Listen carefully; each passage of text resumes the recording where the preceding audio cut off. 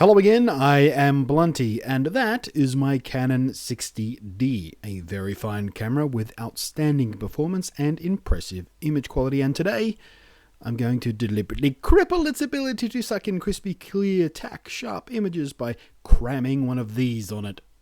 This is a body cap, usually used to protect the vulnerable innards of the camera when no lens is actually attached, but this one has a hole punched into its face with lasers, all so that I can turn my not inexpensive DSLR into a pinhole camera. Now, for those of you who don't know much about the history of photography, pause this video and Google pinhole camera, and you'll get some insight. For those of you who've taken a class in photography, chances are one of the very first things you did was learn about pinhole photography. You probably even built one of your own because it's a fantastic way to start learning about how light works in cameras and some of the most core concepts of photography.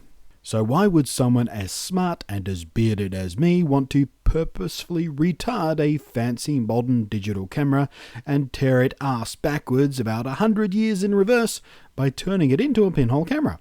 Well, for one, like I said, it's a great way to really learn about the central concepts of the mechanics of light and photography, and the better you understand those, the more power you have at your greasy fingertips to capture the images you see in your mind, instead of just pointing, clicking, and hoping that the auto settings do what you think they might. Or alternatively, just to make sure you get it as close to right as possible in camera, so you save yourself some time later when you go to edit them in software. Shooting with a pinhole lens forces you to go full manual. You're going to have to independently control everything about your settings to get the shot. Every shot you take, you'll be twiddling those little dials and stabbing at those little buttons to make those wacky numbers on the display change. And to do that, you need to understand what the consequences of making those adjustments are, and there's no better way to learn that than to do that. Make change. Take photo. See what your change did to the photo. It can be a bit trial and error to start with, but then it all starts making sense in some very cool ways.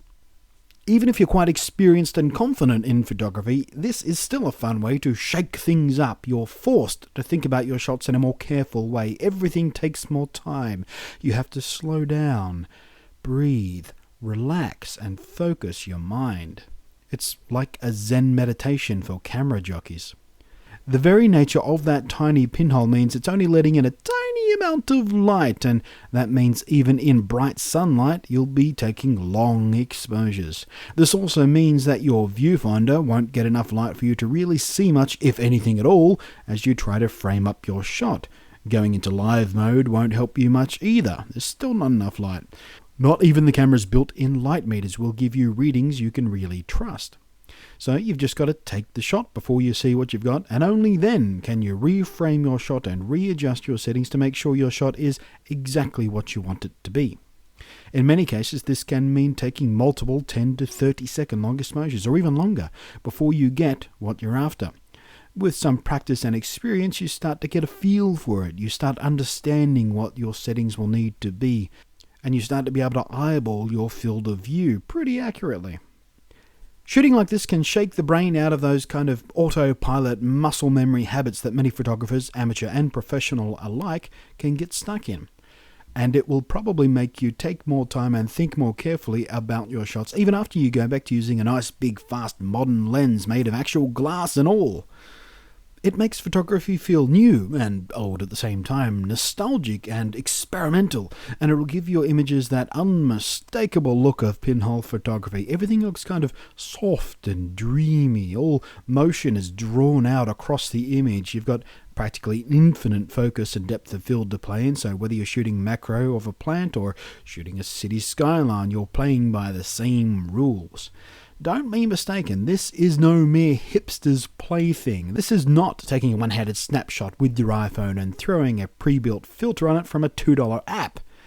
This is photography. Almost every professional photographer you will ever meet will have started their education with pinhole photography. Now, this particular pinhole lens body cap thingy was purchased from Photojojo.com. They've got them to suit Canon and Nikon bodies as well, or Nikon if you prefer. Canon and Nikon. And that cost you about $50, which may seem stupidly high for a bit of plastic with a hole in it, and, well, Frankly, it is almost insultingly priced, but to be fair, it's slightly more fancy than plastic with a hole in it. Firstly, it's precision cut with lasers, so you get an image as free of unwanted light diffraction and warping as you can expect from a pinhole lens. And secondly, the hole there isn't really a hole at all. It's more like a window because it has a thin, clear film over it. And that helps keep dust and debris out of your camera body, which can be an issue for homemade jobs that are simply a hole poked through a body cap with an actual pin or something. Pinhole photography is a fantastic thing. It will help you become a better, more knowledgeable, more skillful photographer. But as for this pinhole body capped product, well, I'm not sure I can honestly recommend it at $50. Maybe if you're like me and you were ordering a whole bunch of stuff from Photojojo in one big order and you want to make sure you're getting the absolute most value out of your shipping costs, sure, throw one in your basket. You might only use it once or twice a year, but when you do, you will enjoy yourself. Thanks for watching. I'm Blunty, and I'll catch you next time.